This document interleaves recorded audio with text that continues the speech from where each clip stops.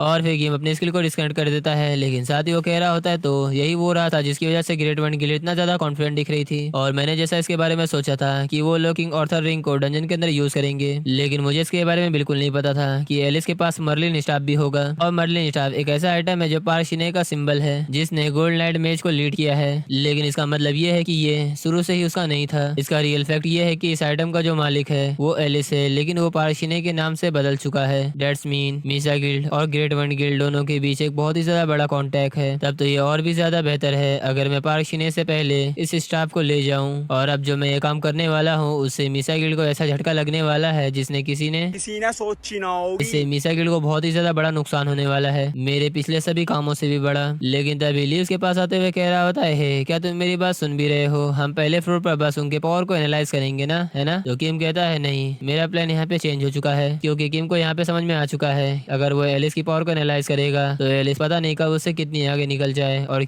फिर किम बाद में कुछ नहीं कर पाएगा, ना इसके पास ऑर्थर की रिंग आ सकती है। इसलिए वो ली से कहता है, "हम शुरू से ही पूरी ताकत लगा देंगे।" और वहीं शिप वगैरह में जंगल के अंदर आपको दिखाया जाता है जहाँ हम देखते हैं कि एक मॉन्स्टर जल रहा होता है और हमें उसके सामने एलिस को दिखाया जाता है जो उसने अपनी मर्लिन स्टाफ से उस सभी मॉन्स्टर को जान से मार दिया होता है। और अब तो उसकी पावर का कोई अंदाजा नहीं था क्योंकि उसके पास मर्लिन स्टाफ और ऑर्थर रिंग इन दोनों की कॉम्बिनेशन की वजह से उसकी पावर कई गुना बढ़ चुकी होती है। वो अपने एक ही फायर अटैक से कई सारे मॉन्स्टरों को एक ही पल में जान से मार डालती है, जहाँ बस हमें जंगल के अंदर आग की लपटें दिखाई दे रही होती है। और एक प्लेयर ये देखकर मन में कह रहा होता है, जैसा कि एक्सपेक्टेड था, ये तो बिल्कुल गजब ही है यार। इस लेवल की फायर पावर के साथ न केवल हम लोग तीसरे फ्लोर बल्कि चौथे फ्लोर में भी एंटर करना पॉसिबल होगा। लेकिन तभी वो बंदा सामने की ओर देखकर हैरान हो जाता है जहाँ हमें सामने एक स्केलेटन के पैर को दिखाया जाता है और फिर हम उस बंदे को देखते हैं जो कि होता है इशाक इनवो। जो वो बंदा भी इसको देखकर हैरानी से कह रहा होता है, ये तो इशाक इनवो है। ऐसा लगता है कि दोनों का रास्ता आकर सामने ही टकरा गया है। लेकिन इसी के साथ हम किम की स्किल पोहरा को देखते हैं जहाँ उसने इस स्किल को कास्ट कर दिया होता है। तो सिस्टम भी उसे नोटिफिकेशन देते हुए कह रहा होता है वो मॉन्स्टर जो कास्टर के द्वारा नहीं मारा गया है उसे सेक्रीफाइस के रूप में यूज किया जा सकता है। The skeleton soldier has been summoned. और फिर हम देखते हैं कि किम के सामने दो स्केलेटन और खड़े हो जाते हैं। तो ये देखकर एलिस का साथी गुस्से से कह रहा होता है, ये कमीना अपने स्केलेटन सोल्जर को उन सभी मॉन्स्टर से सप्लाई करवा रहा है जिसे हमने हंट किया था। और वेल दोस्तों, मैं भी यहाँ पे थोड़ा सा कंफ्यूज हूँ कि आखिर ये पोहरा स्किल से इसका फायदा क्या होता है, क्योंकि इसका इफेक्ट ये है कि किम किसी भी मॉन्स्टर को सेक्रीफाइस कर सकता है जिससे किम ने ना मारा हो। और मैंने गूगल बाबा में इसके बारे में पूछा तो गूगल बाबा ने मुझसे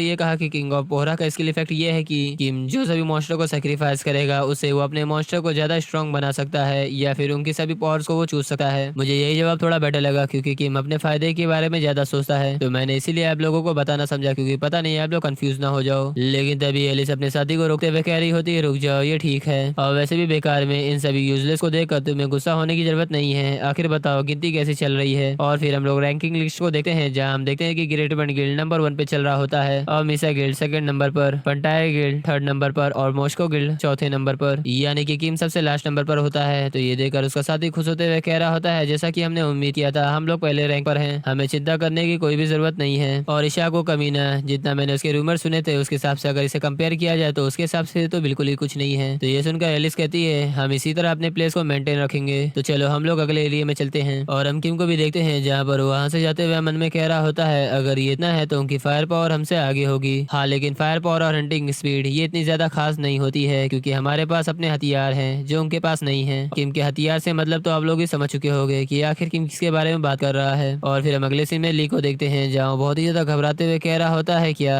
आखिर मुझे ऐसा दोबारा क्यों करना पड़ रहा है। तो किम मुझसे कहता है, हम एक अकेले ही ऐसे गिल्ड हैं जो इस प्लान को फॉलो कर सकते हैं क्योंकि ये आपके एग्जिस्टेंस से जुड़ा हुआ है। अगर तुम यहाँ पे नहीं रहोगे तो ये प्लान पूरा का पूरा बेकार ही है और तुम मुझसे ये मत कहना कि तुम इसके लिए कॉन्फिडेंट नहीं हो। तो ये सुनकर तो ली को गुस्सा आ जाता है जहाँ गुस्से से कह रहा होता है, क्या कॉन्फिडेंट नहीं हूँ? लो, अगर ऐसा है तो मैं इसके बारे में कुछ नहीं कर सकता और जैसा कि तुमने कहा है ये एक ऐसा प्लान है जो मेरे बिना इम्पॉसिबल है। और फिर ली वहां से जाते हुए कह रहा होता है, तो फिर ठीक है, मैं यहाँ से जा रहा हूँ, लेकिन इसके बदले में इस डंजन को क्लियर होने के बाद तुम्हें मुझे खाना खिलाना होगा, ठीक है? ली की बात सुनकर किम उसे जाता हुआ बस देख रहा होता है और फिर कहता है, ठीक है, अब लगता है कि मुझे मॉन्स्टर हंटिंग की स्पीड बढ़ानी होगी। फिर हम देखते हैं कि किम ने अपने स्केलेटन सोल्जर को समन कर लिया होता है जो कि शायद से एक स्केलेटन नाइट होता है। और अब मुझे पूरा यकीन हो चुका है जो एमेसरी ऑफ द अंडरवर्ल्ड की जो पोहरा स्किल है वो पक्का स्केलेटन सोल्जर की पावर को बढ़ाता है सेक्रीफाइस करके। और फिर शिप वगैरह में बाहर का सीन दिखाया जाता है जहाँ हमें न्यूज में दिखाया जा रहा होता है, फंटायर गिल्ड डेड फॉरेस्ट के लिए $2 मिलियन ऑफर कर रहा है और डेड फॉरेस्ट के लिए मिसा गिल्ड ऑफर कर रहा है एक आइटम। और यूनाइटेड किंगडम में तो डेड फॉरेस्ट के लिए गैम्बलिंग चल रही है। और वो चेन ये सभी न्यूज पढ़कर खुश होते हुए कह रहा होता है, जैसे जैसे लोगों का अटेंशन उस तरफ फोकस हो रहा है, दूसरे गिल्ड ने भी बेट लगाना शुरू कर दिया है और ये एक ऐसा खेल है जो आखिरी में हम ही लोग जीतेंगे। और फिर ओचन सेक्रेटरी ली के पास जाते हुए कह रहा होता है, सेक्रेटरी ली आखिर अभी इशाक पर कितना चांस है? तो सेक्रेटरी ली कहती है 3.28। इससे पहले प्रेसिडेंट आपको ये देखना होगा। ग्रेट वन गिल्ड ने एलिस के आइटम सेटिंग को रिवील किया है जिसने डंजन के अंदर एंटर किया है। तो ये बात सुनकर ओचन कंफ्यूज होते हुए कह रहा होता है, क्या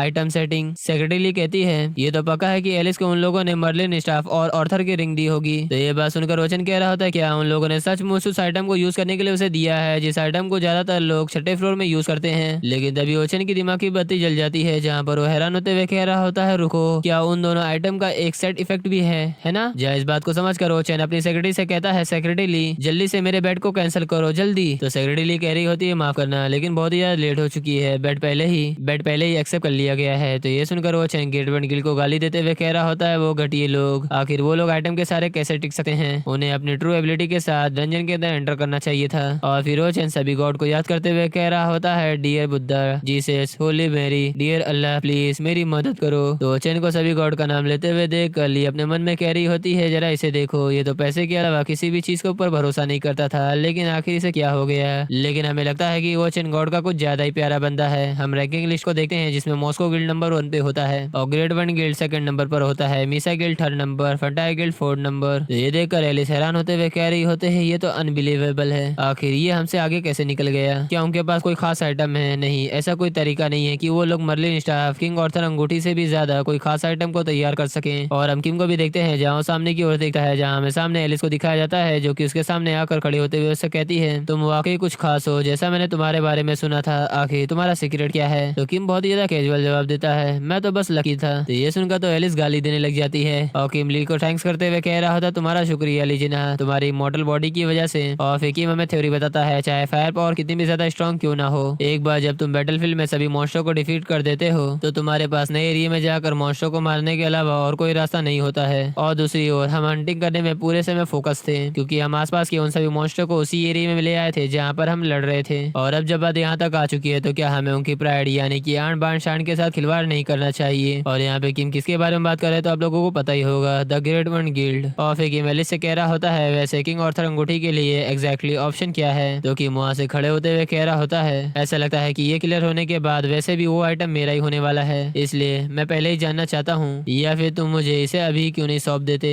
और इस समय तो किम बहुत ही ज्यादा एलिस की बेइज्जती कर रहा होता है, समझ लो। फिर हम इस डंजन के अंदर ग्रेट वन गिल्ड को जरा सा भी डैमेज न पहुंचाने की पूरी कोशिश करेंगे। तो एलिस भी मुस्कुराते हुए कह रही होती, लगता है कि तुम ओवर कॉन्फिडेंट हो रहे हो। तो किम मुस्कुराते हुए कह रहा होता है, अगर किसी स्ट्रॉन्ग इंसान के पास वो आइटम होगा तो डंजन को क्लियर करने का चांस और भी ज्यादा बढ़ जाएगा। तो एलिस से कह रही होती है, तो क्या तुम ये कहना चाहते हो कि तुम मुझसे ज्यादा स्ट्रॉन्ग हो? तो किम मुझसे कहता है, मैं तो बस ये कहना चाहता हूँ, अगर कोई मुझसे ज्यादा स्ट्रॉन्ग प्लेयर होगा तो मैं तो खुशी खुशी अपना सामान उसे दे दूंगा। तो एलिस से कहती है, ऐसा लगता है कि तुम अपनी स्किल को लेकर कुछ ज्यादा ओवर कॉन्फिडेंट हो रहे हो, अब जबकि तुम इस बेट में थोड़ा आगे हो तो ये अच्छा होगा तुम इस पर इतना प्राउड ना करो, समझे? और फिर एलिस वहां से जाते हुए कह रही होती है, और आखिर में ग्रेट वन गिल्ड डंजन को क्लियर करेंगे। लेकिन वही हम दूर किसी एक प्लेयर को देखते हैं जो कि इन दोनों की फाइट देखते हुए कह रहा होता है, इस तरीके के डंजन पर ऐसे फाइट को देखना, ऐसा लगता है कि इस अपॉर्चुनिटी का फायदा उठाकर हम फटाई गिल्ड भी कुछ कर सकते हैं और ये और भी ज्यादा बेहतर होगा अगर ये दोनों एक साथ ही खत्म हो जाएं। और फिर हम नेक्स्ट सीन में देखते हैं जहाँ पर हमें जले हुए मॉन्स्टर की लाश को दिखाया जाता है जो कि अभी भी जल रही होती है। और हम ग्रेट वन गिल्ड के सभी प्लेयर्स को देखते हैं जो कि लगातार सभी मॉन्स्टर को मारते जा रहे होते हैं, वो लोग रुकने का नाम ही नहीं ले रहे होते हैं। और हम एलिस को भी देखते हैं जो कि अपनी मर्लिन स्टाफ की मदद से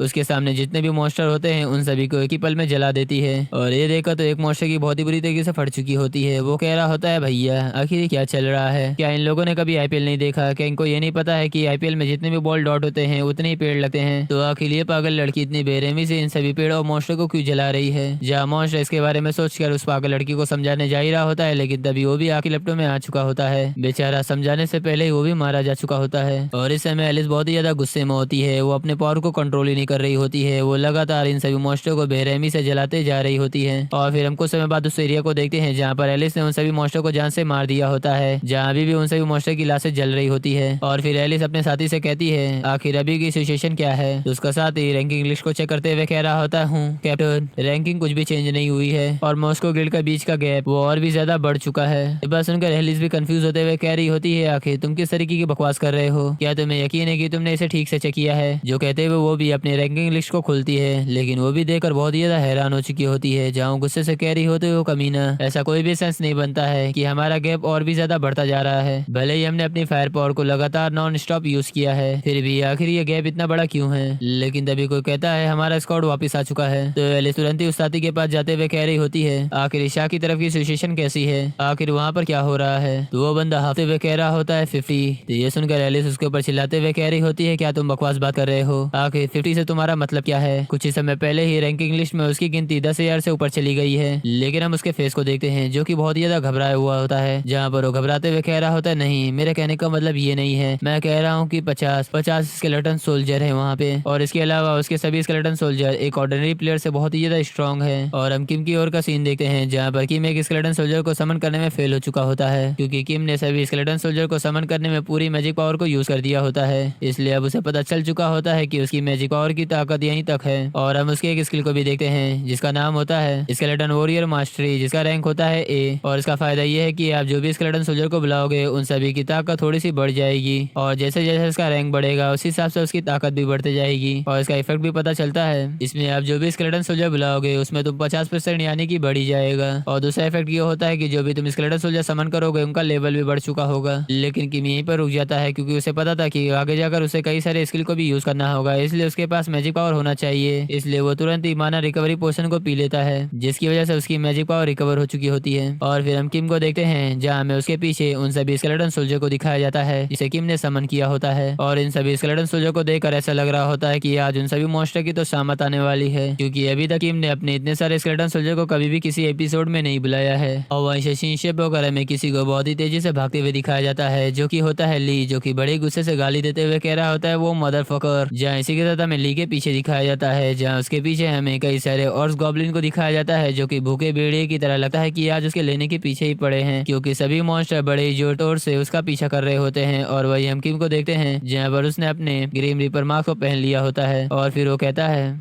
वो आदमी लगता है कि अपनी टाइमिंग को अच्छी तरह से एडजस्ट कर रहा है, जिसी के साथ किम अपने स्केलेटन सोल्जर के साथ कनेक्ट हो जाता है। और हमें उसके पीछे स्केलेटन नाइट को दिखाया जाता है, जिसके साथ किम कनेक्ट हुआ होता है। और फिर किम मुस्कुराने लग जाता है, और इसी के साथ हम बैटलफील्ड का सीन देखते हैं, जहाँ हमें वहाँ पर बस धमाके दिखाई दे रहे होते हैं, क्योंकि किम ने अपने स्किल एक्सप्लोजन कॉर्प्स को एक्टिवेट कर दिया होता है। और फिर वो स्केलेटन नाइट जिसे किम ने कंट्रोल किया होता है, वो अपने हाथ में परसिवर स्पेयर लेकर उन सभी स्केलेटन सोल्जर के साथ सीधे बैटलफील्ड के अंदर कूद जाता है, जहाँ किम अपने परसिवर स्पेयर से उन सभी मॉन्स्टर को ऐसा काट रहा होता है जैसे कि मक्खन। वो लगातार अपने घोड़े की मदद से आगे बढ़ते जा रहा होता है, और हमें पीछे कई सारे मॉन्स्टर की लाशें दिखाई देती हैं, जो लगातार उसके स्पेयर की वजह से मरते जा रहे होते हैं। और उसी के साथ उसके स्केलेटन सोल्जर वो भी पीछे नहीं हटे हैं, वो भी अपनी तलवार की मदद से उन सभी गॉब्लिन्स के ऊपर अटैक कर देते हैं। और बस हम वहाँ पे लगातार फाइट का सीन देखते हैं, जहाँ कभी कॉप्स का एक्सप्लोजन होता है, कभी फाइट होता है। और इस समय मॉन्स्टर इतनी तेजी से मारे जा रहे होते हैं कि किम का रैंकिंग नंबर में जो नंबर होता है वो लगातार तेजी से आगे बढ़ते जा रहा होता है। और हमें पूरे जंगल के अंदर बस मॉन्स्टर की आवाजें सुनाई दे रही होती है, जहाँ सिस्टम भी कह रहा होता है, भाइयों अरे बस करो, आप लोग इतनी तबाही मचा चुके हो कि मुझे ना चाहते हुए भी आप लोगों को पहले फ्लोर से क्लियर कर दूसरे फ्लोर में भेजना पड़ रहा है। और फिर हमें रैंकिंग को दिखाया जाता है, जहाँ मॉस्को विल 23,000 पॉइंट से आगे होता है, और ग्रेड 1 गिल्ड जो अपने आप को इतना ज्यादा सुपीरियर मानता है, वो किम से लगभग 3,000 पॉइंट पीछे है। और हम एलिस को देखते हैं, जो इस रैंकिंग को देखकर कह रही होती है, इन रिजल्ट को देखकर ऐसा लगता है कि आगे कोई भी कंपटीशन ये सभी मीनिंगलेस होगी। क्या इशाकिन वो बॉस मॉन्स्टर को चैलेंज देने से पहले क्या कोई इसके खिलाफ होगा। जहाँ हम उसके सामने कई सारे प्लेयर्स को भी देखते हैं, जहाँ कोई कह रहा होता है, अब जबकि रूल्स तो रूल्स हैं, इसलिए हमें कोई प्रॉब्लम नहीं है। और मिसा गिल्ड से भी कोई बोल रहा होता है, मिसा गिल्ड से भी कोई प्रॉब्लम नहीं है। और वही हम दूर एक फंटाई गिल्ड के प्लेयर को भी देखते हैं, जहाँ मन में कह रहा होता है, मुझे उम्मीद नहीं थी कि एलिस ऐसे ही हार मान जाएगी, लगता है कि मुझे अपने प्लान को चेंज करना होगा। ये एक ऐसा सिचुएशन था जिसकी मैंने उम्मीद नहीं की थी, लेकिन मैं किंग ऑर्थर अंगूठी को ऐसे ही मिस नहीं कर सकता। और फिर शिनशेप वगैरह में एलिस और किम को दिखाया जाता है, जहाँ वो दोनों एक दूसरे से हाथ मिलाते हुए एलिस कह रही होती है, मैंने तुम्हें कमा कहा, मैं तुम्हें पहले प्लेस पर एक्नॉलेज करती हूँ। तो किम भी उसका धन्यवाद करता है। तो एलिस कहती है, लेकिन फिर भी अभी हमें दूसरे फ्लोर को पार करनी है, तो ये तुम मत भूलना, अगर तुम वहाँ पर फेल हो गए तो अगली बारी हमारी है। और फिर हम नेक्स्ट सीन में देखते हैं, जहाँ फिर हमें सेकंड फ्लोर का सीन दिखाया जाता है, जहाँ सिस्टम उन सभी को नोटिफिकेशन देते हुए कह रहा होता है, अगर आपको अगले फ्लोर पर जाना है तो आप लोगों को अर्थ अटल को हट करना होगा। लेकिन तभी कोई कह रहा होता है, अरे क्या है, फॉग की वजह से हम कोई भी विजन सही से नहीं देख पा रहे हैं, क्या हमें ऐसे मॉन्स्टर को ढूंढना चाहिए जो इस जगह पर जमीन के आसपास छुपा रहता है, तो सभी लोग अलग अलग हो जाओ और चारों ओर खोजो। लेकिन तभी उस फॉग के पीछे से कोई आते हुए कह रहा होता है, अच्छा है एलिस, तुम अपने चेहरे को शांत क्यों नहीं करती, तुम ऐसे बहुत ज्यादा डरावनी लगती हो। तो एलिस उससे कहती है, दफा हो जाओ, मैं तुमसे मजाक करने के मूड में नहीं हूँ। तो वो बंदा उस फॉग से निकलते हुए कह रहा होता है, अरे ऐसा मत करो, मैं तुम्हें यहाँ पर एक सीरियस ऑफर देने आया हूँ। हूँ और इसका नाम होता है जय जैशकन, जो कि फंटायर गिल्ड का एक मेंबर होता है। वो आगे कहता है, आखिर तुम इस डंजन में हमारे साथ हाथ मिलाने के बारे में क्या सोचती हो? और वैसे भी ग्रेड 1 गिल्ड और फंटायर गिल्ड पहले से ही एक साथ यूनाइटेड हैं, है ना? हाँ, लेकिन ये एक फेलियर में खत्म हुआ। लेकिन हम अपने अमेरिका के इतने ज्यादा वैल्यूएबल एसेट को उस रूसी के हाथों तो नहीं सौंप सकते, है ना? तो उसकी बात सुनकर एलिस को उसकी बातों में थोड़ा इंटरेस्ट आने लग जाता है, इसलिए उससे कहती है हाथ मिलाना एग्जैक्टली तुम्हारे कहने का मतलब क्या है? तो जय जैक्सन उससे कहता है, अक्सर डंजन के अंदर ऐसे कई सारे एक्सीडेंट होते हैं जो अनएक्सपेक्टेड होते हैं। फॉर एग्जाम्पल, आप किसी बॉस मॉन्स्टर को चैलेंज कर रहे हो, लेकिन तभी आपके पीछे एक मॉन्स्टर का झुंड आ जाए। तो एलिस को उसकी बात समझ में आ चुकी होती है, इसलिए उसे कुछ कहने की कोशिश कर रही होती है, लेकिन तभी जय जैक्सन उसकी बात को काटते हुए कह रहा होता है, अरे एलिस जागो, ये ऐसी सिचुएशन नहीं है जहाँ ये बहस कर सके कि ये सही है या फिर गलत। और अगर किंग आर्थर की अंगूठी तुमसे छीन ली जाती है तो तुम ये जानती हो, तो ये पूछताछ तक तुमसे जुड़ा तो नहीं रहेगा।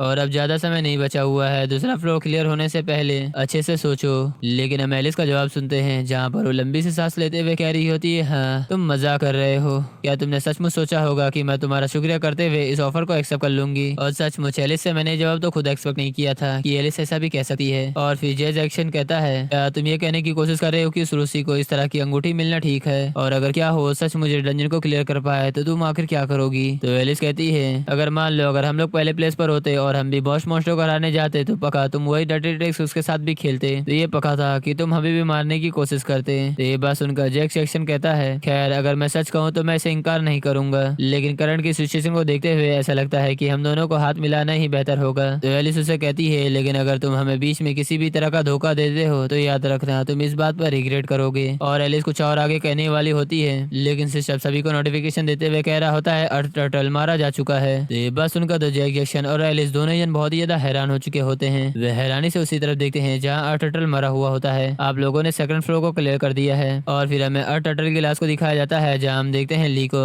जो कि थका हुआ बैठा हुआ होता है। जहाँ उसके सामने किम आता है और उससे पूछता है, क्या तुम ठीक हो? तो ली कहता है, मेरी रिब्स की हड्डी क्रैक हो चुकी है। और फिर किम के ऊपर चिल्लाते हुए कह रहा होता है, तो क्या तुम मेरी जगह होते तो ठीक होते? और अपनी इन्वेंट्री से अपने चॉकलेट को निकाल कर खाते हुए कहता है, इस तरह से इंड्योर करना पॉसिबल है क्योंकि ये मैं हूँ। अगर मेरे सिवा कोई और होता तो वो तो पहले ही 100 बार मर चुका होता। और उसी के साथ ली की skill blessing of the river cast हो जाती है, जिसकी वजह से उसकी जितनी भी हेल्थ होती है वो कम्प्लीटली रिकवर हो चुकी होती है। और ली अपनी इन्वेंट्री से और सारे चॉकलेट को निकालता है। मुझे लगता है कि उसकी एंट्री में बस चॉकलेट ही होता है। सारा लगता है कि वेपन तो किम के हाथों छोड़ देता है, जहाँ उन सभी चॉकलेट को खाते हुए कहता है, तुम्हारे साथ आने के बाद मेरी रिवर ब्लेसिंग की पावर 3 गुना तक बढ़ चुकी है। और तुम्हें क्या लगता है कि स्किल का 3 लेवल अप होने के लिए आखिर मुझे कितना कुछ करना पड़ा है ना? और आखिर अभी हम लोग इतनी ज्यादा जल्दी में क्यों हैं? क्या हम लोगों को पहले से ही उस बॉस मॉन्स्टर को हराने के लिए प्रायोरिटी नहीं दी जाएगी? तो किम मुझसे कह रहा होता है, ऐसा इसलिए है कि हम उन सभी कमीनों को टाइम और स्पेस बिल्कुल भी ना दें। और वैसे भी इसमें ऐसे कुछ लोग हैं जो आगे चलकर हमें परेशान करने की कोशिश करेंगे। लेकिन इसी के साथ हम देखते हैं कि सभी लोग नेक्स्ट फ्लोर पर पहुंच चुके होते हैं और ये होने वाला है आखिरी फ्लोर, जहाँ पे सभी लोग गेट से बाहर निकल रहे होते हैं। जहाँ सिस्टम सभी को बता रहा होता है, आप लोग तीसरे फ्लोर पर पहुंच चुके हो, आप लोगों को डिमोनियस ऑरा घेर रही है। और उस गेट से दूर एक क्लिफ के ऊपर हम एक घोड़े के पैर को देखते हैं और फिर हम देखते हैं बॉस मॉन्स्टर को, जो उन लोगों को एंटर करते हुए देख रहा होता है। और वैसे में सभी प्लेयर्स को दिखाया जाता है, जहाँ पर वो लोग अभी भी हैरान होते हैं। वो आपस में बात करते हुए कह रहे होते हैं, आखिर वहाँ पर हुआ क्या? आखिर किसने अर्थ टर्टल को मारा? तो दूसरा साथी कह रहा होता है, मैं भी नहीं जानता, मैंने तो ये भी नहीं सुना था कि कोई को अर्थ टर्टल मिल चुका है। लेकिन तभी उन सभी प्लेयर्स को अचानक से फॉग घेरने लग जाती है। तो ये देख कर एक प्लेयर मन में कह रहा होता है, आखिर ये सड़ी हुई गंध कैसी है? यहाँ का जो फॉग है वो दूसरे फ्लोर से भी ज्यादा बेकार है। लेकिन तभी एलिस हाइटन और फंटायर गिल्ड का जैक जैक्सन और मिसा गिल्ड का वो प्लेयर तीनों जन बहुत ही ज्यादा हैरान हो चुके होते हैं, क्योंकि इस ब्लैक फॉग की वजह से सभी प्लेयर्स की धीरे धीरे वाइटलिटीज को कंज्यूम किया जा रहा होता है। लेकिन तभी हम किम की skill power of office skill को एक्टिवेट होता हुआ देखते हैं। और इस स्किल का इफेक्ट ये होता है कि किम किसी भी पॉइजन से इम्यून हो चुका होता है। उसे चाहे कितना भी ज्यादा खतरनाक पॉइजन क्यों ना मिले, वो उसको भी बड़े आसानी से झेल लेगा। और ली के पास होती है लैंसलॉट की रिंग, इसकी वजह से उसको भी पॉइजन का असर नहीं होता है। तो ये देख ली हैरानी से किम की ओर देख कर मन में कह रहा होता है, मुझे ये मत बताना कि उसे ऐसा होने की यहाँ पर उम्मीद थी। नहीं, ऐसा कोई तरीका नहीं है कि उसे डंजन के बारे में भी पता हो। और हम ग्रेड 1 गिल्ड के सभी प्लेयर्स को देखते हैं, जहाँ उन लोगों को फॉग की वजह से परेशानी होने लग चुकी होती है। जहाँ वो कह रहा होता है, ये तो पहले से ही फील्ड के अंदर फॉग पॉइजन फैला हुआ था, ये बहुत ज्यादा है। लेकिन तभी एलिस हाइडन अपने साथियों को शांत करते हुए कह रही होती है, सभी लोग शांत हो जाओ और अपना एंटीडोट पी लो। और एलिस अपना एंटीडोट पीते हुए कह रही होती है, मुझे कुछ हद तक उम्मीद थी, इसलिए मैंने पहले ही इसके लिए तैयारी कर ली थी। लेकिन ये जरूरी नहीं है कि सभी लोगों के लिए इतना एंटीडोट इनफ हो, या शायद ज्यादा से ज्यादा आधा दिन तक हम लोग काम चला सकते हैं। लेकिन अगर इससे ज्यादा समय बीता गया तो हमारा एंटीडोट भी खत्म हो जाएगा और फिर हम लोग इस फॉग पॉइजन की वजह से हमारी वाइटलिटीज कंज्यूम होते हुए यहीं पर मारे जाएंगे। जहाँ सिस्टम भी एलिस को नोटिफिकेशन देते हुए कह रहा होता है, आपने एंटीडोट को यूज किया है, इसलिए आपका जो जो पॉइजन का स्टेटस था वो अभी टेम्पररी कुछ समय के लिए इम्यून हो चुका है। लेकिन तभी एलिस के पीछे कोई आते हुए कह रहा होता है हालत मेरी सोच से भी बदतर है और मुझे ऐसा लगता है कि हम लोग कम से कम आधे दिन तक ही टिक पाएंगे। तो आखिर तुम्हारे साइड का क्या हाल है? तो एलिस उससे कहती है सेम ईयर, यहाँ भी यही हाल है। जब में उसके सामने जैक जैक्सन को दिखाया जाता है जो कि उसके पास आते हुए कहता है इसका मतलब यही है हमारे पास ज्यादा समय नहीं बचा हुआ है। और फिर धीरे से एलिस से कहता है तो आखिर तुम मेरे पहले ऑफर के बारे में क्यों नहीं सोचती? और अब बस हमारे पास ये एक चांस बचा हुआ है और तुम मुझसे ये मत कहना कि तुम इशाक का फेल होने का वेट कर रही हो, फिर तुम अपनी आधी एचपी के साथ उससे लड़ोगी। बट तभी कोई कह रहा होता है वो देखो इशाक वहाँ से मूव कर रहा है। तो ये बात सुनकर एलिस हाइडन तुरंत ही सामने की ओर देखती है और हमें सामने स्केलेटन सोल्जर को दिखाया जाता है जो कि इशाक के पीछे चल रहे होते हैं। तो ये सीन देखकर एलिस हाइडन अपने मन में कह रही होती है अगर मान लो एक पल के लिए इशाक इन डंजन को क्लियर करने में सक्सेस हो गया तो मुझे अपनी ऑर्थर रिंग को उसे देना होगा, और अगर मान भी लो वो इसमें फेल भी हो जाता है तब भी इसमें काफी समय लगेगा। तो अगर इसमें देरी होती है तो हमें मुश्किल समय का सामना करना पड़ेगा क्योंकि पहले ही फॉग पॉइजन उन सभी की एचपी को खा रहा होता है और उनके पास इतना एंटीडोट भी नहीं बचा होता है कि वो लोग लंबे समय तक फॉग पॉइजन के सामने टिक सके। इसलिए एलिस को न चाहते हुए भी जैक जैक्सन से हाथ मिलाना पड़ता है। ठीक है अब तुमने मेरे पास कोई और रास्ता नहीं छोड़ा है। तो जैक जैक्सन भी उससे हाथ मिलाते हुए कह रहा होता है ये तुम्हारा डिसीजन सबसे अच्छा डिसीजन होगा, और साथ ही अपने मन में कह रहा होता है किंग ऑर्थर की अंगूठी को पाने के लिए हमारा चांस इंक्रीज हो चुका है और मुझे इसके लिए माफ कर देना। जो आधे दिन तक एंटीडोट की बात है वो बिल्कुल ही झूठ है, यानी कि हमारे फंटायर गिल्ड के पास 1 या 2 दिन तक एंटीडोट की कमी नहीं होने वाली है। लेकिन अगर बात करें great one guild Alice Hayden के पास, उनके पास ज्यादा एंटीडोट नहीं है, इसलिए वो लोग आधे दिन तक ज्यादा तो नहीं टिक सकते। जहाँ इस बात को सोचकर वो मन में मुस्कुरा रहा होता है और सीन शिफ्ट होकर हमें बॉस मॉन्स्टर की ओर का सीन दिखाया जाता है जहाँ हम उसके घोड़े को देखते हैं। जहाँ जैसे जैसे वो घोड़ा जमीन पर कदम रखकर आगे बढ़ते जा रहा होता है हम जमीन के नीचे से मरे हुए लोगों को निकलता हुआ देखते हैं और वहीं पर दूर खड़ा ली ये सीन को देखकर बहुत ही ज्यादा घबरा चुका होता है। और हम उस अनडेड बॉस को देखते हैं जो कि अपने हाथ पर अपने सर को लेकर जंग का ऐलान कर देता है और इसका इन्फॉर्मेशन ये होता है कि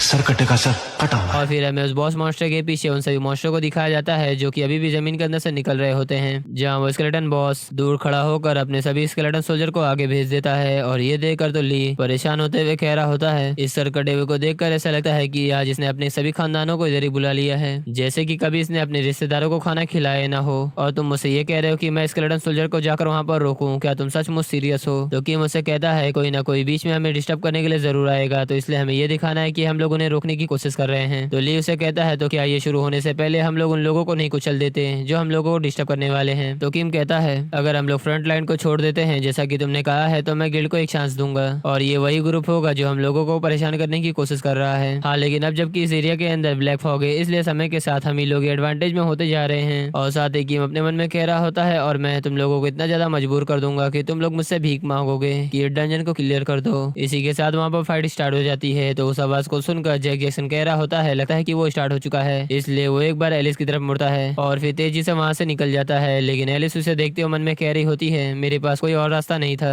सबसे पहले इस बात की कोई गारंटी नहीं है कि इशाक यहाँ पर क्लियर कर पाएगा और ये डिसीजन मैंने खुद के लिए नहीं बल्कि सभी लोगों के लिए लिया है। हाँ क्योंकि मुझे इस टेस्ट को सक्सेस करना है और सेफली सभी लोगों को यहाँ से बाहर निकालना है। लेकिन तभी सिस्टम उसे बता रहा होता है ब्लैक फॉक्स स्लोली आपकी वाइटलिटीज को कंज्यूम कर रहा है। तो ये सुनकर एलिस तुरंत एंटीडोट को पी लेती है जिसकी वजह से वो कुछ देर के लिए पॉइजन से इम्यून हो जाती है। और हम दूसरी तरफ सर कटे हुए के सभी स्केलेटन सोल्जर को देखते हैं जो कि आगे बढ़ रहे होते हैं। लेकिन तभी अचानक से उसका सर फूट जाता है जहाँ पे ली बहुत ही तेजी से निकलकर उन सभी स्केलेटन सोल्जर का सर को लगातार फोड़ रहा होता है। और वहीं पर दूर खड़ा हुआ किम ली को चेस करते हुए कह रहा होता है आराम से जाना आराम से जाना आराम से जाना। तो उसकी बकवास सुनकर ली उसके ऊपर चिल्लाते हुए कह रहा होता चुप करो, क्या तुम्हें यहाँ पर लग रहा है कि मैं इन लोगों के बीच से आराम से जा सकता हूँ? और वही हम स्केलेटन सोल्जर के बीच में सर कटे हुए बॉस मॉन्स्टर को भी देखते हैं जो कि स्केलेटन सोल्जर के बीच में खड़ा हुआ होता है। लेकिन तभी किम को जंगल के अंदर आवाज आने लग जाती है। तो ये देखकर किम तुरंत ही पीछे मुड़ता है जहाँ पर वो देखता है कि कई सारे ऑक गॉब्लिन उसके ऊपर अटैक करने के लिए आगे बढ़ रहे होते हैं। तो ये देखकर किम मुस्कुराते हुए कह रहा होता है लगता है कि वो यहाँ पर आ चुका है। जहाँ पे किम अपने स्किल कॉप एक्सप्लोजन को एक्टिवेट कर देता है जिसकी वजह से वहाँ पर एक धमाका होता है। तो ये देखकर जैक जैक्सन हैरानी से कह रहा होता है आखिर ये क्या हुआ? लेकिन हम जंगल के अंदर देखते हैं जहाँ पर वहाँ पे लगातार बस धमाके होते जा रहे होते हैं। तो ये देखकर जैक जैक्सन हैरान होते हुए मन में कह रहा होता है ये नहीं हो सकता, क्या वो पहले से इस चीज के लिए प्रिपेयर था? नहीं ऐसा बिल्कुल नहीं हो सकता है, बस वो एक्सप्लोजन हो रहा है। लेकिन हम देखते हैं कि वो जिस जगह पे खड़ा हुआ था वो जगह भी एक्सप्लोड हो चुका होता है। और हम दूसरी तरफ का सीन देखते हैं जहाँ ब्लैक फॉग की वजह से उन सभी की वर्टिलिटी बहुत ही जल्दी से कंज्यूम हो रही होती है जिसकी वजह से उन सभी की हेल्थ बहुत ही ज्यादा बिगड़ चुकी होती है। और वहीं हम नीचे कई सारे प्लेयर्स की लाशें भी देखते हैं जो कि मर चुके होते हैं। और वहीं पर एक बंदा अपने एक साथी को लाते हुए कह रहा होता है थोड़ा और धीरज रखो, तुम यहाँ इस तरीके से नहीं मर सकते वरना तुम्हारी मौत ऐसे ही बेकार जाएगी। और वहीं पर हम दूर एलिस और उसके साथी को देखते हैं जहाँ उसका साथी कह रहा होता है गिरने वालों की संख्या लगातार बढ़ती जा रही है कैप्टन, अब हमारे पास ज्यादा समय नहीं बचा हुआ है, आखिर हमें क्या करना है, जल्दी से आप डिसाइड कीजिए। तो अपने साथी की बात सुनकर वो भी परेशान होते हुए मन में कह रही होती है, हम लोगों ने जो एंटीडोट तैयार किया था वो भी अब तक खत्म हो चुका है और अब से हमें इस फॉग से निपटना होगा।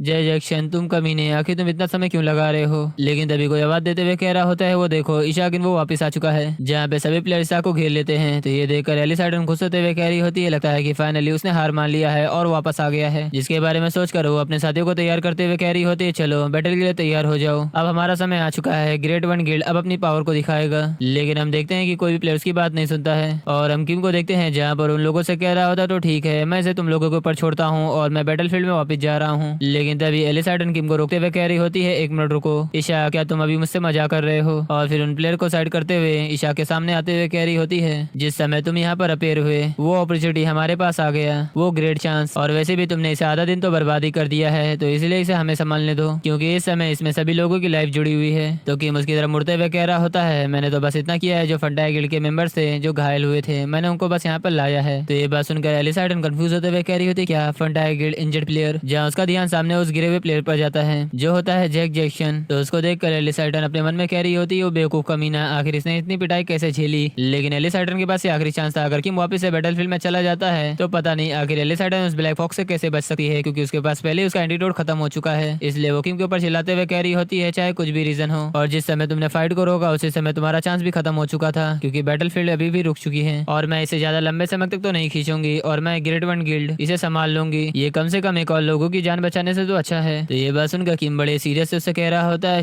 रुक जाओ, तुम अपनी बारी का इंतजार करो, हमारी लड़ाई अभी भी जारी है। जिसके साथ ही हमें किम के पीछे हवे के झोंके को दिखाया जाता है, जिसकी वजह से किम बहुत ही ज्यादा कूल लग रहा होता है। और ये देखकर एलिस आर्डन हैरान होते हुए मन में कह रही होती है, रुको आखिर क्या हो रहा है। और फिर किम मुझसे कहता है, वहाँ पे अभी भी मेरा साथी हिम्मत से लड़ रहा है, मेरे पास बेकार की बहस के लिए टाइम नहीं है, मुझे अपने कॉमरेड्स के लिए जल्दी से बैटलफील्ड में जाने की जरूरत है, वो अकेले वहाँ पर स्ट्रगल कर रहा है। तो किम की बात सुनकर वहाँ पर जो खड़े हुए सभी प्लेयर्स होते हैं वो भी हैरान होते हुए कह रहे होते, क्या ईशा के पास कोई साथी भी था, क्या वे लोग सिर्फ स्केलेटन सोल्जर नहीं थे। तो दूसरा साथी कह रहा होता है, खैर उसके साथ एक बड़ा भी आदमी था जिसे तुम जानते भी हो, उसका नाम शायद से शिवा जैसा कुछ था। तो उसका दूसरा साथी कह रहा होता है, क्या वो आदमी जो गोरिल्ला जैसा दिखता है। लेकिन तभी कि एलिस आर्डन से कह रहा होता है, लगता है कि तुम्हारे आधे से ज्यादा साथी पॉइजन की वजह से उनकी पहली ही हालत खराब है और अगर तुम इस सिचुएशन में बॉस मॉन्स्टर से लड़ते हो तो तुम्हें अपनी जान भी बचाना मुश्किल हो जाएगा और ये डंजन को क्लियर करना तो दूर की ही बात है। तो ये बात सुनकर एलिस आर्डन से कह रही होती है, अगर तुम हमारे साथियों को इसी तरह से देखते हो तो क्या तुम्हें भी मुश्किल नहीं हो रही है, क्योंकि तुम अपनी पावर का यहाँ पर यूज नहीं कर पा रहे हो और अभी भी इतनी ज्यादा देर नहीं हुई है, हमारी बारी दे दो। अगर हम लोग ऐसे ही सेम सिचुएशन में हैं तो हमारे लिए इसमें शामिल होना बेहतर होगा, क्योंकि हमने अभी भी अपने रिसोर्सेज बचा रखे हैं। क्योंकि मुझसे कहता है सेम सिचुएशन, लेकिन मुझे तो ऐसी कोई जरूरत नहीं है क्योंकि ये ब्लैक फॉग मुझ पर तो काम नहीं करता। ये सुनकर एलिस आर्डन उसके ऊपर चिल्लाते हुए कह रही होती है, क्या आखिर तुम कैसी बकवास कर रहे हो। लेकिन तभी पीछे से कोई कह रहा होता है, नीडल स्नेक हंटर, हाँ तुमने बिल्कुल सही कहा, इशाक ने उस नीडल स्नेक को हंट किया था जो कि पूरा का पूरा पॉइजन से भरा हुआ था। तो उन लोगों की बात सुनकर एलिस आर्डन अपने मन में कह रही होती, जरा इसके बारे में मैं सोचूं, वो नीडल स्नेक जो कि अपने नीडल से पॉइजन को फेंक रहा था, तो उस पहले नीडल स्नेक को हंट किया था इशाक इन्वो ने। और फिर उन लोगों से कह रहा होता है, अगर सभी गिल्ड समय हमारा साथ देते तो अभी जो प्रॉब्लम आ रही होती वो इतनी भी ज्यादा बड़ी प्रॉब्लम नहीं होती। और सबसे पहले ये डिसाइड करना कि आखिर डंजन को कौन क्लियर करेगा, यही सबसे बड़ा एरोगेंट था। लेकिन अभी भी हमारे पास एक चांस है, अभी हम सब लोगों को जो जो रिसोर्सेज की जरूरत है उन सभी सामानों को एक साथ इकट्ठा करना होगा ताकि हम उस सरकटे मॉन्स्टर को हरा सकें। तो ये बात सुनकर तो एलिस आर्डन परेशान हो चुकी होती है और उसका साथी धीरे से उसके कान में कह रहा होता है, मुझे लगता है कि आपको उसे रोकना चाहिए,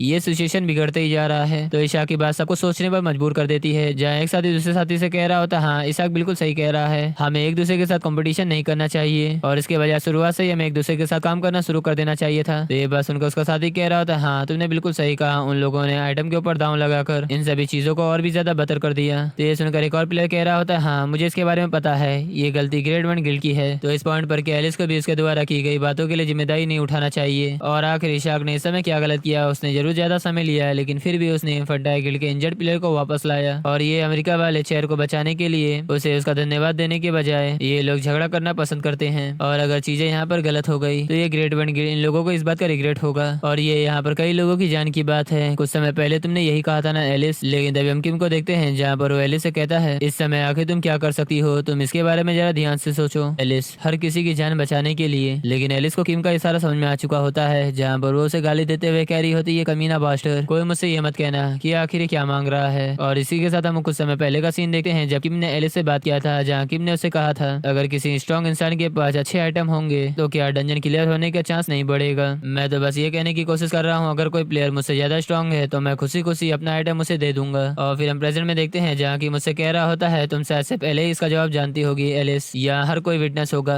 ग्रेट वन नोबेल गिल्ड का। तो किम की बात सुनकर एलिस के पास कहने के लिए कोई शब्द ही नहीं बचे हुए होते हैं। और वहीं रिलेशनशिप वगैरह में अनडेड मॉन्स्टर को दिखाया जाता है जिनकी तादाद कम होने का नाम ही नहीं ले रही होती है। तो ये देखकर ली परेशान होते हुए कहता है लानत है, लगता है कि इसका कोई अंत ही नहीं है। सरकटे मॉन्स्टर से मिलने से पहले ही लगता है कि मेरा स्टैमिना खत्म हो जाएगा। कि मोजिन तुम कमीने हो, तुम अपना प्यारा समय तो वहाँ पर ले रहे हो, लेकिन तभी उसके पीछे किम आते हुए कह रहा होता है तुमने यहाँ पर अच्छा खेल दिखाया। तो यह बात सुनकर ली तुरंत ही पीछे मुड़ते हुए कह रहा होता है फखर, आखिर तुम इतने समय कहाँ थे। लेकिन जैसे वो किम को देखता है उसके ऑरा को देखकर वो भी एक पल के लिए हैरान हो चुका होता है। जहाँ पर हम किम के हाथ में मर्लिन स्टाफ को देखते हैं, जहाँ सिस्टम उसे बता रहा होता है मर्लिन स्टाफ के आने की वजह से आपकी मैजिक पावर इंक्रीज हो चुकी है। The hidden condition legend king Arthur has been established. Item set effect भी एक्टिवेट हो चुका है किंग ऑर्थर अंगूठी की वजह से। और किंग ऑर्थर अंगूठी की वजह से आपकी ताकत भी बढ़ चुकी है क्योंकि ये राउंड टेबल का नंबर 1 आइटम है। आपकी मैजिक पावर ओवरफ्लोइंग हो रही है। और हम किम को भी देखते हैं जो कि सचमुच कुछ ज्यादा पावरफुल दिख रहा होता है। और ये देखकर ली हैरान होते हुए किम से कहता है आखिर तुम वहाँ पर क्या कर रहे थे और तुम्हें ये सारी आइटम कहाँ से मिली। तो किम मुझसे कहता है मुझे एडवांस में ही विनिंग प्राइज मिल चुका है और ये स्टाफ बोनस के रूप में। और फिर किम आगे कहता है तो फिर क्या हमें उन लोगों को तोड़कर सरकटे मॉन्स्टर को हराना नहीं चाहिए। तो ली उससे कहता है क्या तुम्हें सचमुच ऐसा लगता है कि इन दोनों आइटम के साथ चीजें अलग होगी, आखिर तुम इन 100 की आर्मी को कैसे तोड़ोगे। किम ये बात सुनकर बस मुस्कुरा देता है। और इसी के साथ हम जमीन के अंदर से किसी एक बड़े मॉन्स्टर को निकलता हुआ देखते हैं जहाँ सिस्टम बता रहा होता है गोलम समन हो चुका है। और फिर किम अपनी दूसरी स्किल पोहरा स्किल को कास्ट कर देता है। लेकिन किम ने इन सभी मॉन्स्टर को तो नहीं मारा है, इसलिए वो इसके सेक्रीफाइस के रूप में यूज कर सकता है। जहाँ सिस्टम कह रहा होता है आपके स्केलेटन सोल्जर समन हो रहे हैं। और फिर हम किम के गले के अंदर देखते हैं जहाँ पर उसने गुआ नेकलेस को पहन लिया होता है। जहाँ सिस्टम से कह रहा होता है हिडन कंडीशन एस्टैब्लिश हो चुकी है क्योंकि ये भी एक लेजेंडरी आइटम है तो इसका भी कोई हिडन कंडीशन जरूर होगा। आइटम का जो सेक्ट इफेक्ट है लेजेंड किंग ऑर्थर का वो भी एक्टिवेट हो चुका है। और राउंड टेबल आइटम की वजह से आपकी ताकत लगातार बढ़ती जा रही है। और गुआ नेकलेस का जो ब्लेसिंग सन था वो कुछ समय के लिए इंक्रीज हो चुका है। आप ऑरा फील्ड को यूज कर रहे हो और इसकी वजह से किम के पास जितने भी स्केलेटन सोल्जर होते हैं उनके पास तो एक अलग ही ताकत आ चुकी होती है। और हम किम के पीछे देखते हैं जहाँ उसके स्केलेटन सोल्जर एक अलग ही ताकत को दिखा रहे होते हैं, जैसे लगता है कि वो कुछ ही समय में पूरी दुनिया को तबाह कर देंगे। और ली ये देखो तो बहुत ही ज्यादा हैरान परेशान बस उन लोगों को देख ही रहा होता है। और फिर किम मुस्कुराते हुए कहता है ये इस समय के लिए बहुत होना चाहिए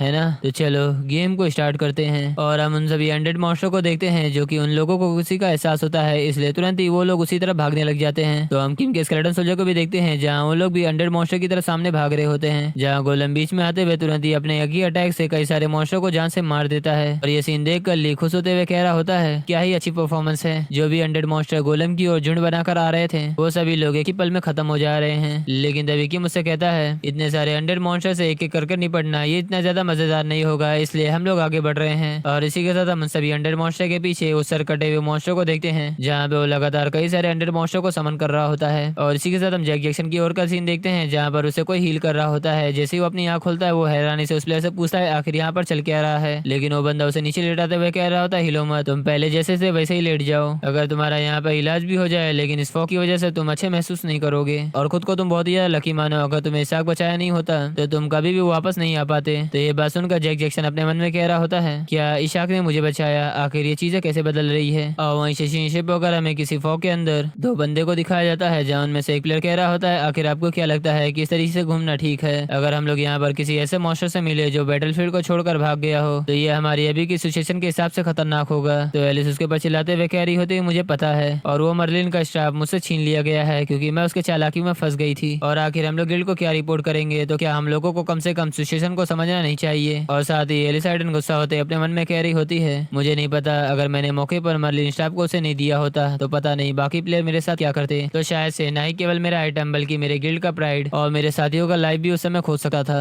वो इशाक बहुत ही ज्यादा खतरनाक बंदा है जो कहते हुए वो एक क्लिफ के ऊपर आ चुकी होती है जहाँ से सामने किम का फाइट दिखाया जा रहा होता है। तो उन लोगों की फाइट को एनालाइज करते हुए उसका साथी कह रहा होता है ये लोग बेवकूफ कमीने, क्या इन लोगों को इतना भी नहीं पता है कि ये लोग चारों तरफ से घिर चुके हैं, क्या इन लोगों को इतनी भी नॉलेज नहीं है। और वहीं पर हम किम के स्केलेटन को भी देखते हैं जहाँ पर वो चारों तरफ से घिरा हुआ होता है, वो सभी 100 मॉन्स्टर को जान से मार रहा होता है। तो अपने साथी की बात सुनकर एलिस उस फाइट को एनालाइज करते हुए कह रही होती है हाँ वो जरूर घिरा हुआ है लेकिन उसने सरकटे मॉन्स्टर और ज़ॉम्बीज की पोजीशन को अलग कर दिया है, एक स्केलेटन सोल्जर और गोलम को सामने खड़ा करके। लेकिन इसका जो प्लान है सरकटे मॉन्स्टर को अलग करना और 100 ज़ॉम्बीज को इससे दूर ले जाना, ये तभी वर्क करेगा जब ये इसे जल्दी खत्म करेगा। और अगर ये इसे जल्दी नहीं खत्म कर सका तो वो चारों तरफ से घिर जाएगा और अपनी जान को जोखिम में डाल देगा। तो आखिर इसने ऐसे ही रेकलेसली मूव क्यों किया। और वहीं पर अमली को भी देखते हैं जो कि परेशान परेशान होते हुए कह रहा होता है, मैंने जितना सोचा था ये तो उससे भी ज्यादा टफ है। मैंने ये सोचा था अगर मुझे इसी से निपटना पड़े तो ये संभालना आसान होगा, लेकिन ये जो अपने मुंह से एक्सट्रीमली कोल्ड एयर को छोड़ता है इसकी वजह से तो हम लोग बर्फ में जम जा रहे हैं। और वही हम सरकड़े मॉन्स्टर को भी देखते हैं जहाँ वो अपने मुंह से उस एक्सट्रीमली एयर को छोड़ रहा होता है, जहाँ इसकी अनडेड एनर्जी किसी अननोन पावर की वजह से स्ट्रांग होते जा रही होती है। लेकिन ली के पास लिंक ऑफ लैंसलॉट अंगूठी की वजह से इसकी जो एनर्जी होती है रिपल हो जाती है, यानी कि ये एनर्जी उसको छू नहीं पाती है। लेकिन कुछ भी हो जाए ओवरग्रिड होना ही सबसे ज्यादा मजेदार होता है। और वही हम किम को भी देखते हैं जो कि परेशान होते हुए मन में कह रहा होता है, मुझे नहीं लगता कि मैं इसे अकेले हरा सकता हूँ। और नेकलेस गुआन भी किम को बता रहा होता है कोल्ड एयर होने की वजह से आप वार्म फील कर रहे हो। और इसी के साथ हम किम की पास्ट लाइफ का सीन देखते हैं जहाँ पर किम अपने साथियों से कहता है, लौटने से पहले अंडर फॉरेस्ट को अटेम्प्ट करने वाले अपने साथियों से जो मैंने सुना उसके हिसाब से ऐसा कहा जाता है कि सरकड़े मॉन्स्टर को हराने के लिए आपको लार्ज अमाउंट में फायर पावर की जरूरत होगी। और उस समय फायर पावर का सेंटर कोई और नहीं बल्कि सी जुनली था। लेकिन अब ये इतना भी नहीं होगा जितना सी जुनली ने तब किया था। मगर अगर ये इतना ही है जो कहते हुए किम अपने परसिवर स्पेयर और मर्लिन स्टाफ को लेकर अपने औरों को रिलीज कर रहा होता है। और इस समय किम का लुक कुछ ज्यादा ही बैडस दिख रहा होता है। और परसिवर स्पेयर यूज करने की वजह से किंग ऑर्थर अंगूठी का एक हिडन कंडीशन भी स्टेब्लिश हो चुका होता है और आइटम का जो साइड इफेक्ट भी होता है वो भी एक्टिवेट हो चुका होता है। और इसी की वजह से परसिवर स्पेयर का पेनिट्रेशन भी इंक्रीज हो चुका होता है, यानी कि वो जिस जगह अटैक करेगा उस जगह अटैक होने का कुछ ज्यादा चांस बढ़ चुका है। तो किम इस वेपन को लेकर तैयार हो जाता है। तो ली भी उसे वेपन को देखकर मुस्कुराते हुए कह रहा होता है, लगता है कि उसने अपने आस्तीन में जितने भी कार्ड छुपाए थे वो सभी को निकालना शुरू कर दिया है। तो चलो लगता है कि मुझे भी दिखाना होगा। जो कहते हुए वो अपने हाथ में एक 3 नॉक वाला ब्रेसलेट को बुला लेता है और फिर तेजी से सरकड़े मॉन्स्टर की तरफ भागते हुए कह रहा होता है, तो चलो अब मैं अपनी पूरी पावर को दिखाऊंगा। जो कहते हुए वो सीधे जाकर उस सरकड़े मॉन्स्टर के घोड़े के ऊपर लगातार उसके ऊपर पंच मारते जा रहा होता है। तो एक पल के लिए तो सरकड़े मॉन्स्टर भी कंफ्यूज हो चुका होता है। वो तुरंत ही अपने आप को संभालते हुए अपने स्वॉर्ड की मदद से ली के ऊपर अटैक कर देता है। तो ली भी उस अटैक से बचने की कोशिश करता है जहाँ उसे एक छोटी सी खरोच लग चुकी होती है, लेकिन फिर भी अपने आप को संभालते हुए अपने पंच को तैयार करते हुए सीधे उसके ऊपर अटैक कर देता है। लेकिन हम देखते हैं सर कटा हुआ मॉन्स्टर अपने तलवार की मदद से उस पंच को रोक लेता है और अपने मुंह से एक्सट्रीमली कोल्ड एयर को छोड़कर उसके हाथ को फ्रीज करने लग जाता है, जहाँ सारा ध्यान उस सर कटे हुए मॉन्स्टर का ली की तरफ होता है। इसलिए किम इस बात का फायदा उठाते हुए तुरंत ही अपने परसिवर स्पेयर को तैयार करते हुए उसकी मुंडी के ऊपर अटैक कर देता है, जहाँ उसी की वजह से उसके हाथ में जो मुंडी थी, जहाँ सर कटे के हाथ से मुंडी निकलकर किम के परसिवर स्पेयर में फंस चुकी होती है। लेकिन वो सर कटा मॉन्स्टर अभी भी हार नहीं मानता है। वो अपनी कोल्ड एक्सट्रीम एयर से किम के परसिवर स्पेयर को भी फ्रीज करने लग जाता है। लेकिन ली तो इसी बात से खुश होता है क्योंकि उसके हाथ से उसने उसकी मुंडी को छीन लिया है, इसलिए वो ज्यादा तो कुछ नहीं कर पाएगा। और हम किम को देखते हैं जहाँ किम उसकी मुंडी को जमीन पर गिराकर अपने परसिवर स्पेयर से फोर्स लगाते हुए उसकी मुंडी को तोड़ने की कोशिश कर रहा होता है, जहाँ उसकी वजह से तो उसका परसिवर स्पेयर भी फ्रीज होने लग चुका होता है। लेकिन किम वहाँ पे हार ना मानते हुए अपनी पूरी ताकत को उसमें लगा रहा होता है। तो ये देखकर ली परेशान होते हुए कह रहा होता है, मुझे ये मत कहना है कि परसिवर स्पेयर भी उसकी खोपड़ी को नहीं तोड़ सका। लेकिन हम किम को देखते हैं जो कि अपनी पूरी ताकत लगा रहा होता है और वो मॉन्स्टर भी अपनी पूरी ताकत लगाते हुए उसे रोकने की कोशिश कर रहा होता है। लेकिन तभी हम देखते हैं कि अचानक से उसकी मुंडी क्रैक होने लग जाती है, जहाँ पे वो छोटा सा क्रैक एक बड़े क्रैक में बदलकर वो मुंडी वहीं पर ब्लास्ट हो जाती है, जिसकी वजह से वहाँ पर एक बहुत ही ज्यादा बड़ा कोल्ड एक्सट्रीमली एयर फैल जाता है। इस प्रेशर को एक पल के लिए तो एली हाइडन भी नहीं झेल सकती थी। वो तुरंत ही अपनी आंखों को बंद कर लेती है, लेकिन जैसे वो अपनी आंख खुलती है वो सामने का नजारा देखकर हैरान हो चुकी होती है, जहाँ पर वो हैरानी से कह रही होती है,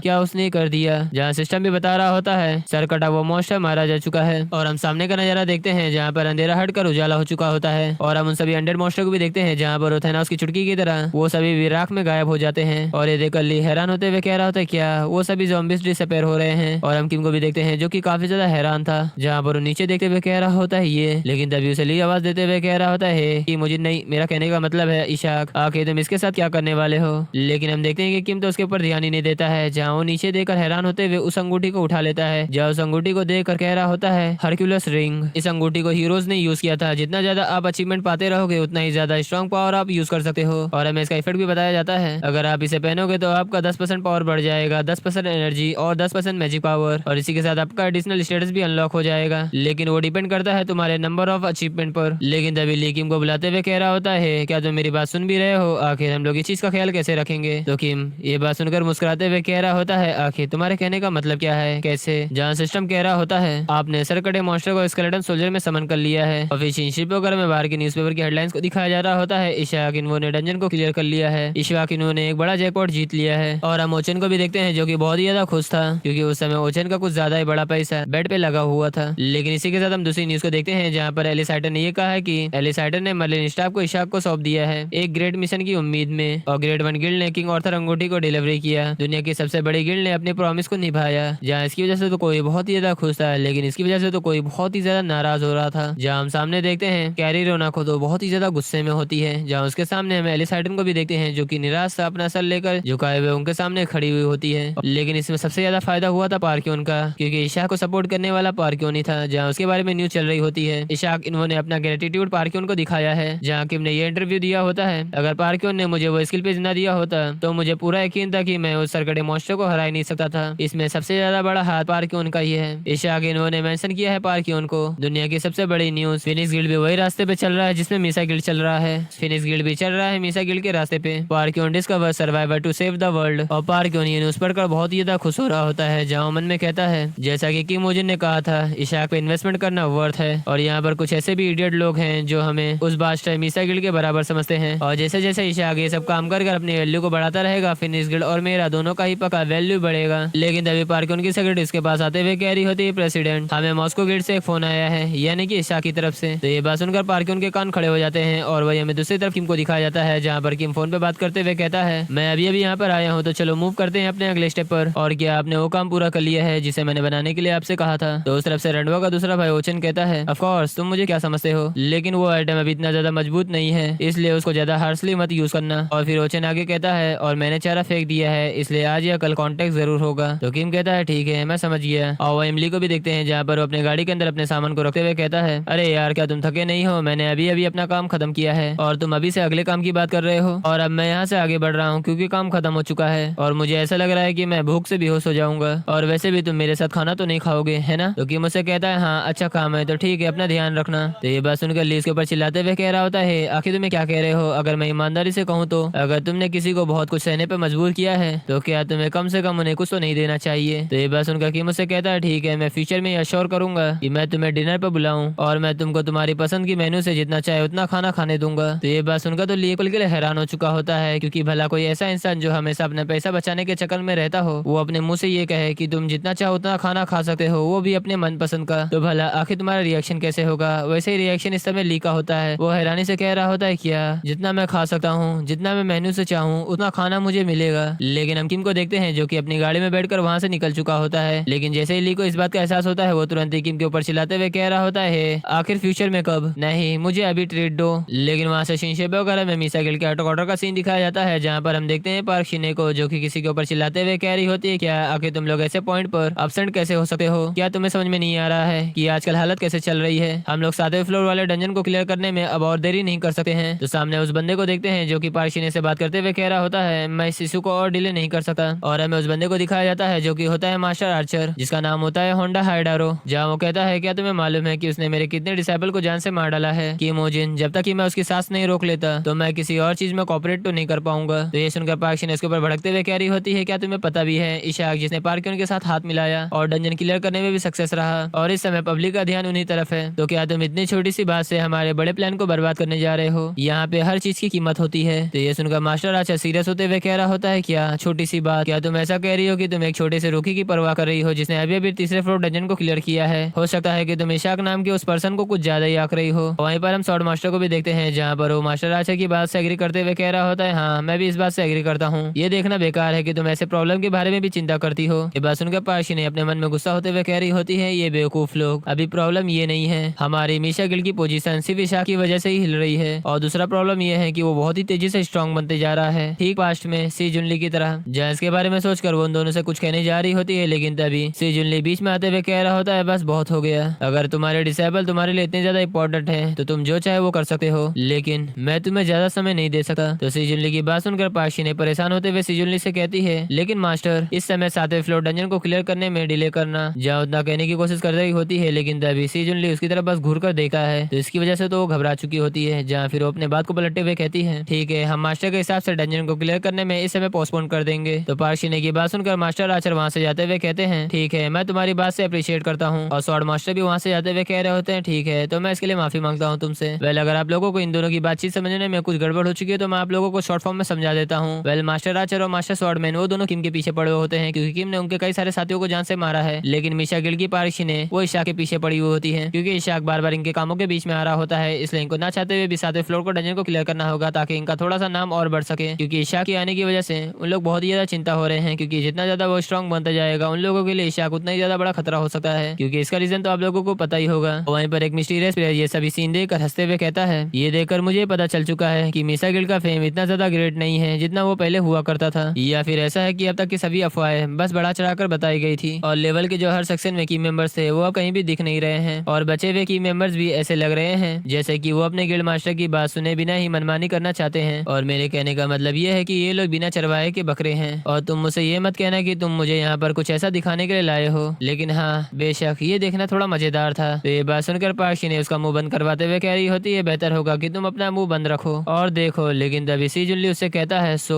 तो आखिर तुम क्या कर सकते हो। तो ये बात सुनकर तो एक पल के लिए तो जोहान जॉर्ग हैरान हो चुका होता है और मुझे पूरा यकीन है कि ये जोहान जॉर्ग ही है, लेकिन उसके कुछ कहने से पहले ही हमारा सीन शिफ्ट हो जाता है। हमें पार्क्यून की तरफ का सीन दिखाया जाता है जहाँ पर हम देखते हैं कि किम उसके सामने बैठा हुआ होता है, जहाँ फिर किम उससे कहता है आखिर आपने मुझे क्यों बुलाया है। तो पार्क्यून उससे कहता है इशाक पर इन्वेस्टमेंट करने का तुमने सजेशन दिया था जिसकी वजह से चीजें अभी तो अच्छी चल रही है, तो मैं तुम्हें दूसरा जॉब देने वाला हूँ समझे, और अगर तुमने इसका ठीक से ध्यान रखा तो मैं पक्का तुम्हें इसके लिए रिवॉर्ड जरूर दूंगा। तो किम उससे कहता है तो वो काम क्या है। तो पार्क्यून कहता है एक प्लेयर ने तुम्हें डंजन क्लियर करने के रूप में पार्टनर के तौर पर अपॉइंट किया है और ऐसा लगता है कि वो तुम्हारी स्किल को देखना चाहता है। तो ये बात सुनकर किम हैरान होते हुए कह रहा होता है क्या मेरी स्किल को। तो पार्क्यून कहता है हाँ मैं चाहता हूँ कि तुम ये करो और ये मेक श्योर करना कि तुम उसके ऊपर अपना स्ट्रॉन्ग इंप्रेशन छोड़ सको, इस हद तक कि तुम मेरे बॉडीगार्ड के रूप में से एक उस आदमी के लिए तुम बहुत ही ज्यादा जरूरत वाली चीज बन जाओ। तो ये बात सुनकर तो किम एक पल के लिए सोच में पड़ जाता है और फिर उससे कहता है तो आखिर वो इंसान कौन है जो मेरे बारे में पूछ रहा है। तो पार्क्यून कहता है इशाक इन्वो जिसने तुम्हें अपॉइंट किया है।